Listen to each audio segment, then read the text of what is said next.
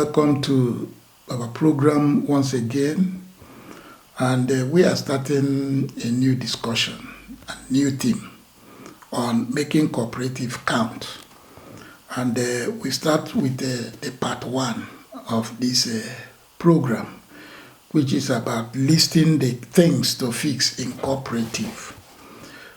Before I start, let me please request once more for you to subscribe to our program if you have not done so, and to share and like, press the buttons respectively.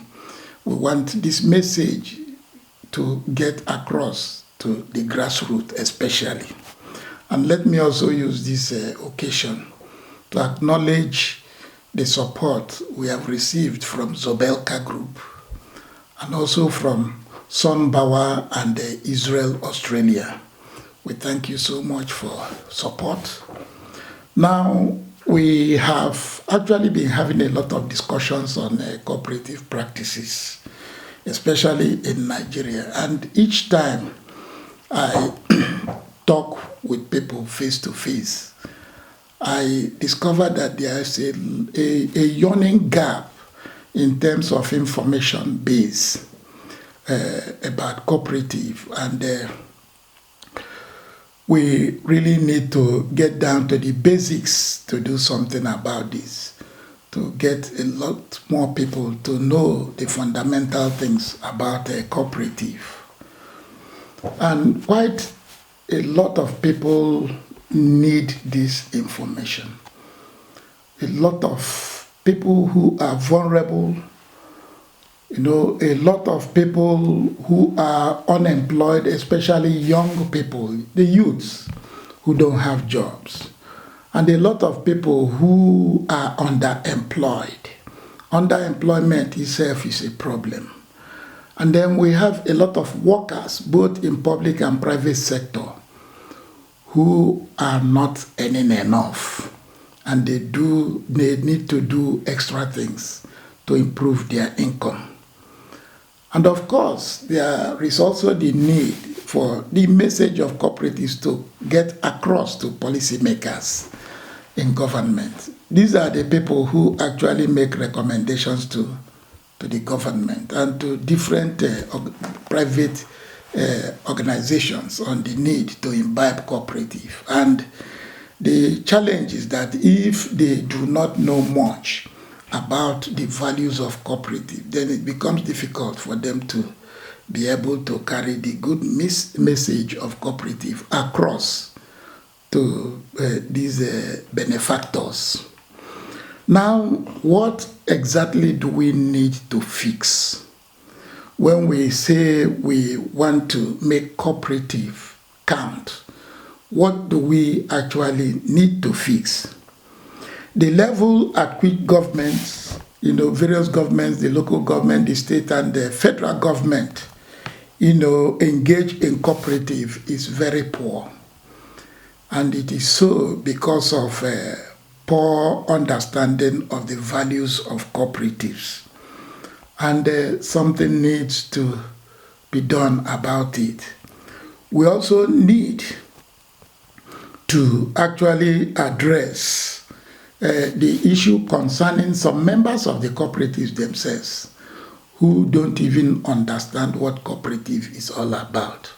And this extends to some of their leaders, those who are actually supposed to direct them, who are in positions of management, and yet are unable to actually lead these people very well. They also lack knowledge of the good values of cooperative. Now, we have also the issue of the 2002 cooperative policy, as well as the 2004 Nigeria Cooperative Societies Act that are moribund. They are old and they need revision, and nothing is actually being done. It is difficult to do much with cooperatives using these old models of documents. They are not updated. There are issues that are completely left out in them, particularly the issue of technology is not even mentioned. So there is need to do something about this. And then what about the cooperative governance that we have been discussing for quite a while? We have discussed that, but we know it is a challenge generally. And we cooperative cannot really improve. The practices cannot improve unless governance issues can be addressed. We equally have the challenge of poor access to funds with cooperatives. And this is very ironical. With cooperatives that is actually supposed to be providing funding for their members. There are a lot of things that need to be discussed and well understood for cooperatives to perform optimally in terms of improving on their access to funding for their members. So these are the fundamental things that need to be addressed. They need to be fixed in order to have cooperative to count. So we actually have a duty to make cooperatives count again. And what we do is necessary. We look at the progress of successful countries like Kenya. Kenya has done so well. Kenya is #1 in Africa.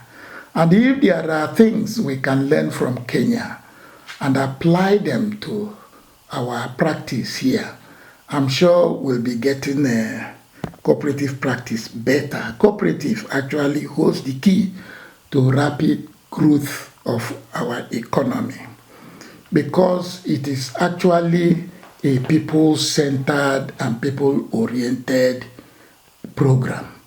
That is where we stop for today. Thank you and God bless.